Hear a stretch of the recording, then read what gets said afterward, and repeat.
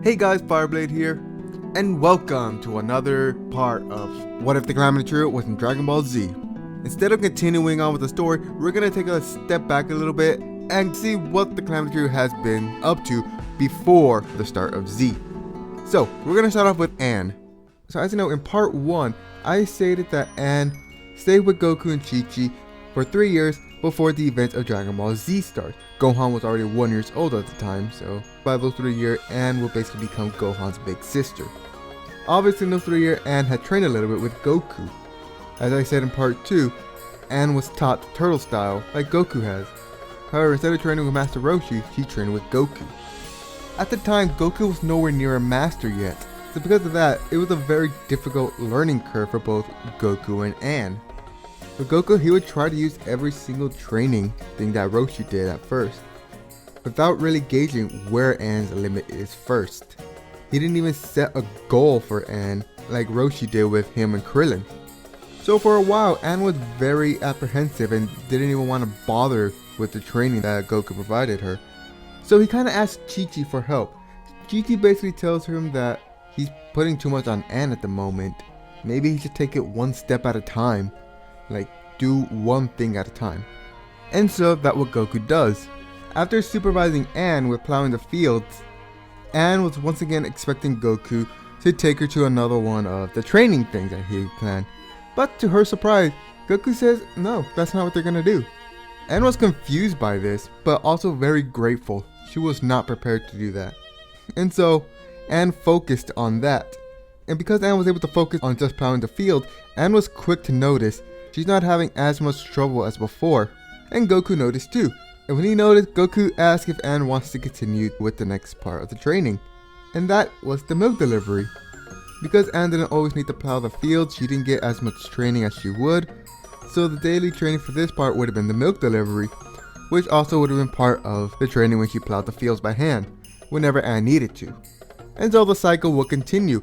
They would focus on one part and would get used to that.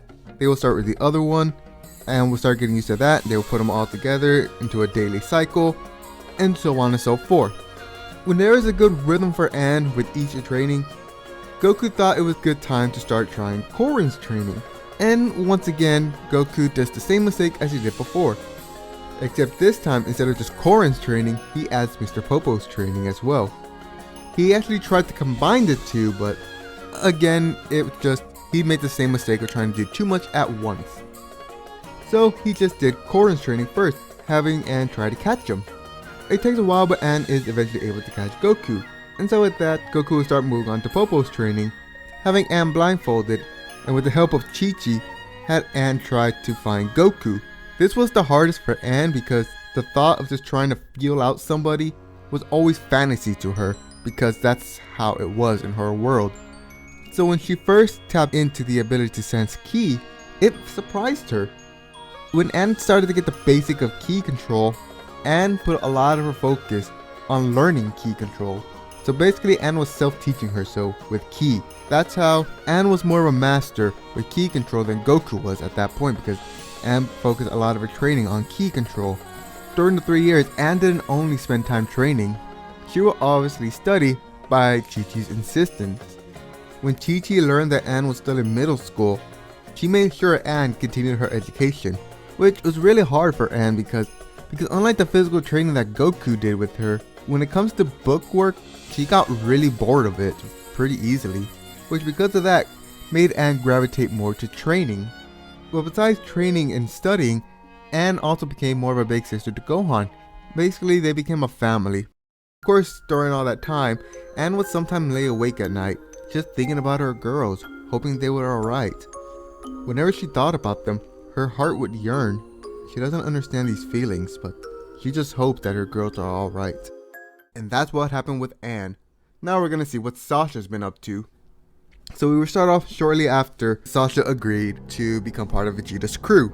During the first mission, Sasha didn't really do much at all, which really disappointed Vegeta. He tried to force Sasha to use that power, but Sasha just doesn't know what power he's talking about, which surely disappointed Vegeta. So he silently kicked her out of the group. It was after that first mission where he and the other Saiyans just fucked off, left Sasha there on one of Frieza's planet. However, Sasha would not take this lightly. Sasha trains herself to get that strong. And basically how Sasha did it was basically becoming a punching bag for the grunts. Because of the healing chambers, they basically beat on Sasha and healed her. However, like I said, Sasha wasn't going to take this lightly. She ended up training. She used each grunt as a basis for her training. If she can beat them, then she knows she's doing better. And that is how her training goes. Slowly but little, she does end up getting stronger to eventually start beating the grunts. However, it wasn't only the grunts that were basically abusing Sasha, it was everybody else. They saw that Sasha was determined not to be the punching bag, so they just wanted to keep her in her place. Of course, they could have just easily killed her, but however, Sasha wasn't trying to kill them back. She was basically just trying to beat them in the battle, saying, hey, you can't beat me anymore. So basically they took it as a little challenge. Keep Sasha lower than dirt. But like I said, Sasha kept pushing back, breaking past her limits multiple times. In fact, Vegeta even sees this. It's rare that the group will go to this exact same Frieza planet multiple times, but it does end up happening. And when Vegeta does go to that same planet, he sees Sasha training. After talking around for a bit, he hears how fast Sasha has grown. To give a time span, I'm gonna say Sasha grew pretty quickly in a year and a half. Let's say in about a year and a half, Sasha grew stronger than Goku and Piccolo, but weaker than Raditz in the very beginning of Dragon Ball Z.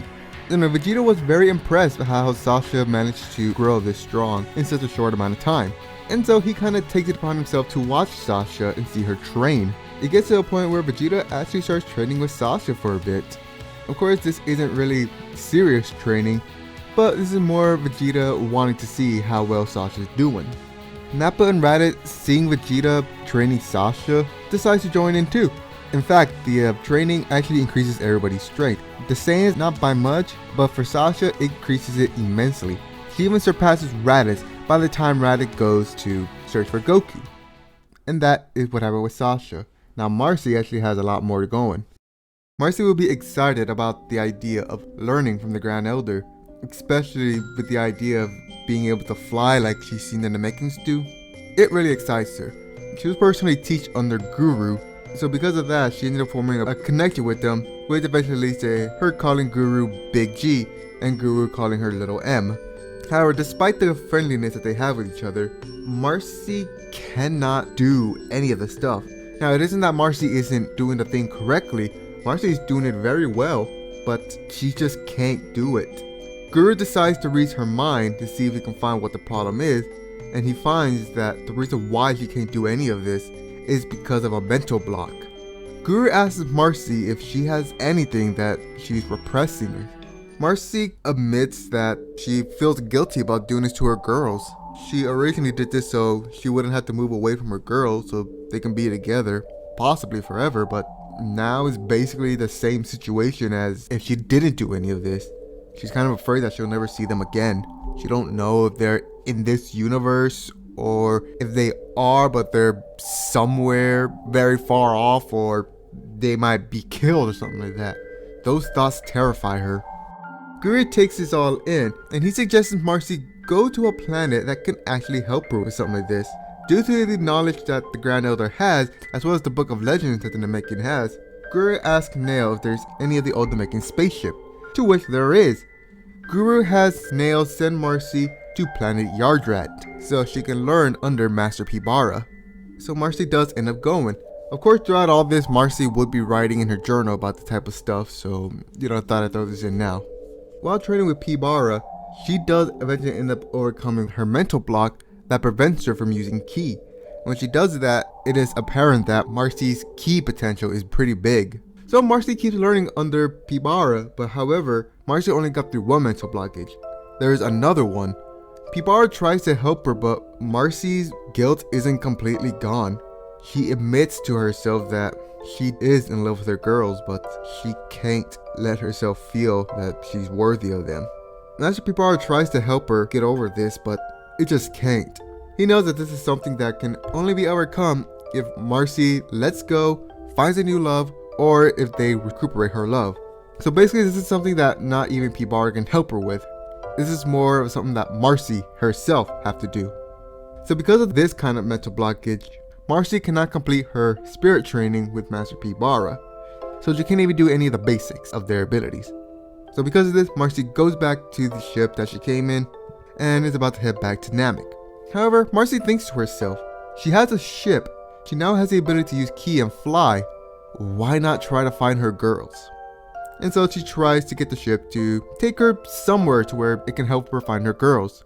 It doesn't work, and she eventually crash lands on planet Imeka, the first planet from Dragon Ball GT. Planet Imeka isn't as capitalistic as it is in GT at this point. However, Marcy does still end up having the same problem that Goku, Pan, and Trunks does in GT, with her ship being confiscated and her needing to break into the palace to steal it back. Like I said before, the planet isn't as capitalistic as before, so at this point Don Key just had normal guards and whatnot. So when Marcy is there to get her ship back, Marcy has to fight through a bunch of guards. However, Don Key keeps bribing them with more and more money to kill her, so the people end up keep coming back up. Marcy was reluctant at first, but after getting stabbed by one of the guards, Marcy is forced to kill him. This actually scares Don Key as well as some of the guards. Some of them even starts running away, and Don Key even starts begging for his own life. Marcy does end up sparing him, she just wants her ship back, to which Don Key gladly does. When Marcy tries to activate the ship again, she sees that it's broken. Don Key, just wanting her to leave, offers to have the ship repaired, to which Marcy gladly does. At this point, Don Key is starting to look into mercenaries. If he can find one before Marcy leaves, then that's great. But if he can't, then he'll have one just in case another situation like Marcy ends up happening. But fortunately for Marcy, she doesn't need to deal with a mercenary because her ship is repaired and she just goes right back to planet Namek. She doesn't want to crash land on another planet again. She got lucky with this one, so she is just gonna go back to Namek. While back on planet Namek, Marcy tells Guru what happened, and Guru kind of expected Marcy to try to run off with the ship to look for her girls, so he wasn't surprised when she told him about that. He was surprised that Marcy landed on planet Imeka. The guards there aren't really pushovers, which surprises Marcy. Let's say the average scale on planet Imeka is stronger than Frieza's grunts, okay? Marcy was surprised by this. She didn't know how strong she would be. In fact, Marcy was mainly using them just to try to test out her ki abilities. After that, Marcy continues her training with Guru and Nail. Now Marcy's adventure, let's say that takes place over 2 Namekian years. So Marcy's adventure took almost 1.5 years in Earth's time.